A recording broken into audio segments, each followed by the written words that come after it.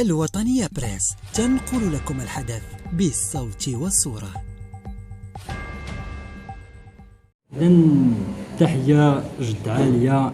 إذن اليوم نحن كتنسيقية جهوية للمعطلين بجهة من الخبرة، إيمانا منا بأن النضال ليس فقط مسيرات وحلقيات إلى آخره. ارتأينا أن ننظم هذه الندوة الصحفية كخطوة احتجاجية استمرارا في الأشكال التي نخوض فيها رفضنا التام للقرارات الأخيرة للوزارة الوصية على قطاع التعليم طبعا، والمتمثلة في تسقيف السن في 30 سنة، وكذا اعتماد ميزة البكالوريا والإجازة والانتقاء بصفة عامة، إيمانا منا بأن هذه الشروط مجحفة وغير ديمقراطية وغير عقلانية وغير دستورية، لأن منطقيا يمكن تفنيد هذه المحددات غير بشكل عقلاني. لأنه السيد الوزير نخاطبكم اليوم كمعطلين، كنقول لكم بأنه راه عندكم أساتذة جامعيين يا سعادة الوزير متورطين في ملفات جنسية، النقطة مقابل جنس. هاد الناس هادو راه كانوا كيعطيو النقاط للطلبة والطالبات على أساس الحصول على خدمات جنسية بين آلاف الأقوال. إذن هاد السيد الوزير، هاد السيد هذا ولا هاد الطالب هذا اللي غيكون واخد 15 ولا 14 راه غادي يجي يدوز معايا الكونكور، غادي يدفع، وانا اللي عندي مثلا 10 ولا 11 راه ما غاديش نتقبل اصلا، ما غتعطينيش فرصه. اذا نسائل السيد الوزير من هذا الموقع عبر منابركم، ما اشنو درتوا، ما العمل اشنو درتوا، واش فتحتوا شي تحقيقات فيما يخص هاد الاساتذه؟ اخص بالذكر اساتذه كليه السطات، راه منهم عاود البارح 5 تقدموا للوكيل، وواحد فيهم راه على الاعتقال. حنا كتنسيقيه جهويه راه كننظروا مرحليا راه الشروط، اسقاط هذه الشروط التي نعتبرها مجحفه.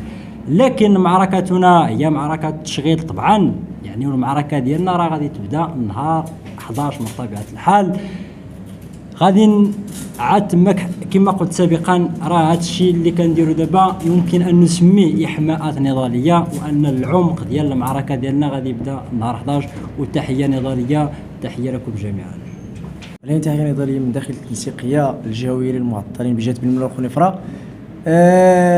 بخصوص الندوة، راه درنا واحد الندوة على أساس كمحاولة أننا نوصلوا المشاكل ديالنا للوزارة المعنية، وكذلك لجميع الوزراء المعنيين بالقطاعات الأخرى، باش نقولوا لهم بأن المعركة ديالنا مستمرة من أجل التعويض عن البطالة، وكذلك من أجل القول الحل، وأن الشروط اللي داروها ما هي إلا شروط مجحفة في حق المعطلين وفي حق أبناء الشعب المغربي. ما خاصش دار هاد الشروط هادو، وما تنشوفوهاش بأنها معنية بشي حاجة سميتها الجودة بقطاع التعليم، لا الانتقاء لا السين، هما مجرد شعارات مزيفة تتغنى بها الوزارة المعنية. حنا تنقول لكم كمعطلين بأنكم ظلمتوا أبناء الشعب، ظلمتوا ولاد الشعب، وغادي تقهروا ولاد الشعب من هنا لقدام. ولكن للأسف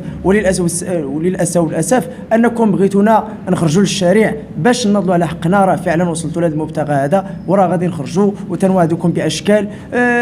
بغيتوا تتعاملوا بالعنف تتعاملوا بالعنف، بغيتوا تتعاملوا بالاعتقالات تتعاملوا بالاعتقالات، لأننا ما بقاش حتى شي حاجة تهمنا في هذه الحياة هذه من غير أننا نطالبوا بالحقوق ديالنا اللي هما حقوق خاصة تضمن لنا من نهار خرجنا الدنيا هذه ونلقاو ظروف للعيش الكريم. وما غاديش نسكتوا للظلم، وما غاديش نسكتوا لهاد الحكره هذه اللي تتحكروا فينا وتتهمشونا. وتحيه نضاليه، وراه غادي نبقاو مستمرين كابناء التنسيقيه الجهويه للمعطلين، غادي نبقاو مستمرين في هذه الاشكال الاحتجاجيه والاحتجاجيه سلميه الى ابعد الحدود. وتحيه مجددا وشكرا للمنابر الصحفيه.